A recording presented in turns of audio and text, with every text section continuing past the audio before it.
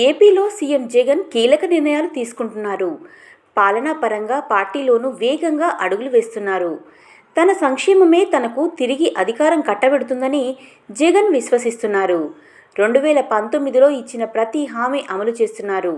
ఇటు పార్టీలోనూ గెలిపే ప్రామాణికంగా అభ్యర్థులను ఖరారు చేస్తున్నారు.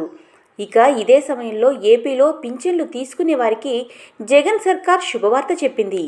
వృద్ధులకు, వితంతు, ఒంటరి మహిళ, వివిధ రకాల చేతివృత్తిదారులకు పింఛన్ పెంచారు. వీరికి ప్రతి నెల ఇచ్చే సామాజిక పింఛన్ మొత్తాన్ని 2,750 నుంచి 3,000కు పెంచుతూ మంత్రివర్గం నిర్ణయం తీసుకుంది. ఈ ప్రతిపాదనలకు సంబంధించిన ఫైల్ ఇవాళ సీఎం వైఎస్ జగన్మోహన్ రెడ్డి అధ్యక్షతన జరగనున్న కేబినెట్ సమావేశం ముందుకు వచ్చింది. కేబినెట్ ఆమోదం తెలిపింది. 2024 జనవరి నుంచి పింఛన్ మొత్తాన్ని 3,000కు పెంచనున్నట్లు గతంలోనే ముఖ్యమంత్రి జగన్ ప్రకటించారు. ప్రస్తుతం ఈ వార్త తెలిసిన ఏపీ ప్రజలు సంతోషం వ్యక్తం చేస్తున్నారు.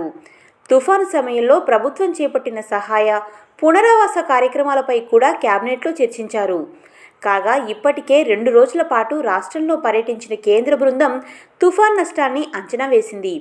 తుఫాన్ బాధితులకు కూడా సహాయం చేయాలని కేబినెట్ నిర్ణయం తీసుకుంది. ఈ నెల చివర్లో విశాఖ నుంచి సీఎం జగన్ పాలన ప్రారంభించాలని భావిస్తున్నారు. దీనిపైన కేబినెట్లో చర్చించే ఛాన్స్ కనిపిస్తోంది.